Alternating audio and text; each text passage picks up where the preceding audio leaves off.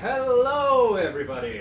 Welcome to Michael's Kitchen Corner. Today we're going to be doing like a little bit of a fresh take on a Shanghai stir fry. Something that I'm not sure if it really exists, but I make stir fry and I live in Shanghai, so that's what we're going to call it today.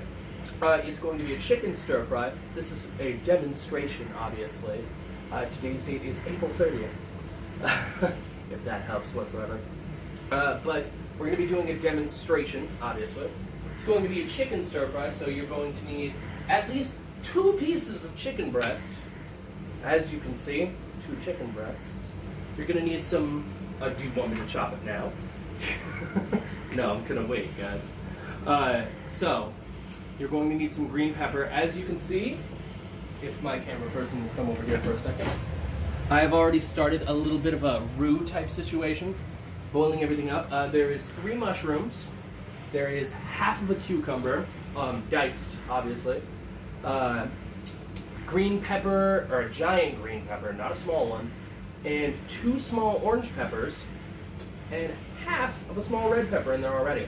Now, normally you want to use the full ingredients for this. It works a whole lot better.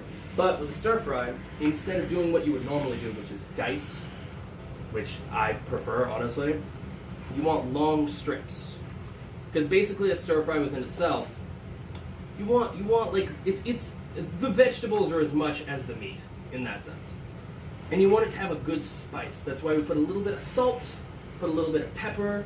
We put some I do not know what this is actually called. It is garlic hot. It's like chili garlic sauce. It's fantastic. If you ever find it in the States, buy it immediately. I promise you, you will not regret it. But as you can see, we are dicing the pepper, and we are dicing it in a way that's just like you want nice long strips. You don't want short pieces, because that's just as much of the meal as anything else. So we're gonna take them.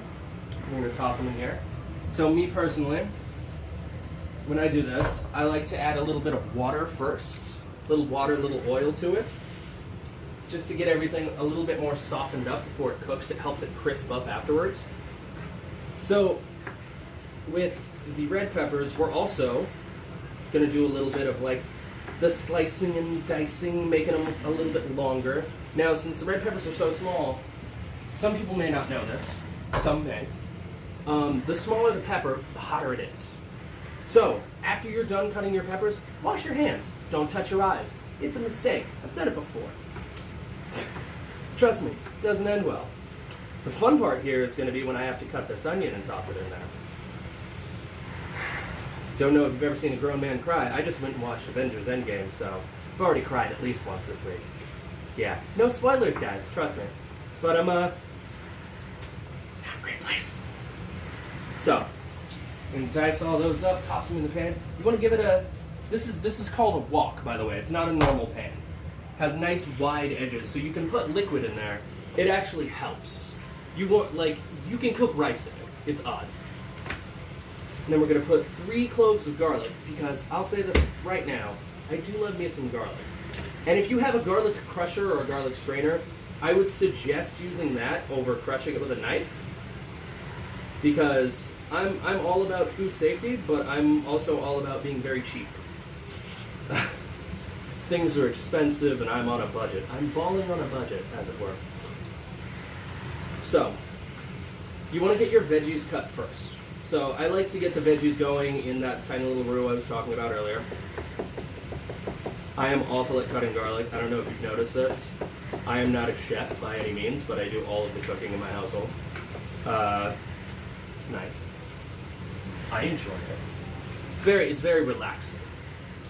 And the last thing we're going to put in is going to be this onion, because I could live my entire life without having to cut that onion and be perfectly happy. But not for the sake of this video. So, with the chicken, if you're a vegetarian, you can obviously change this out with any sort of vegetarian option you want. Actually, you don't have to have meat for a stir fry. Just know that. Me, I prefer... Like, me and my wife just went to a boxing class yesterday. We are dangerously low on protein. So we are going to have some chicken with our stir fry. And apparently, I need to cut this up a wee bit faster. But you want to dice it up a little bit. Whoop. Be very wary. Number one thing in the kitchen, never have a dull knife. Dull knives cause more accidents than any sharp knife ever will. Sharp knives are usually on purpose. Know that. But you want to dice them up in little cubes. I've been doing this for a while, so it may look like a consorted mess, but I actually do know a little bit what I'm doing when it comes to dicing these. You want to toss them into a separate pan. Now that separate pan you want to have on a low simmer already. As of right now, ours is on a low simmer. I'm not going to watch this cook because you always want to have your hands clean, by the way. I've cleaned my hands like 50 times today and during this video. We've cut and come back a couple times, trust me. Just gotten very good at the video editing. So, you want to toss those in a pan. Honestly, you want to keep it on a little bit of a low simmer, not too hot. I like to cook them separate. It helps. But I will send you guys a picture of the finished product because this is all the free demo gets. Well, this has been Michael Hampton. Today is April 30th, and this has been my wonderful demonstration of a chicken stir fry.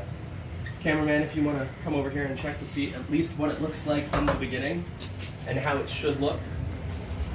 And then I will send out a picture for you guys of what it looks at the end. Thank you very much.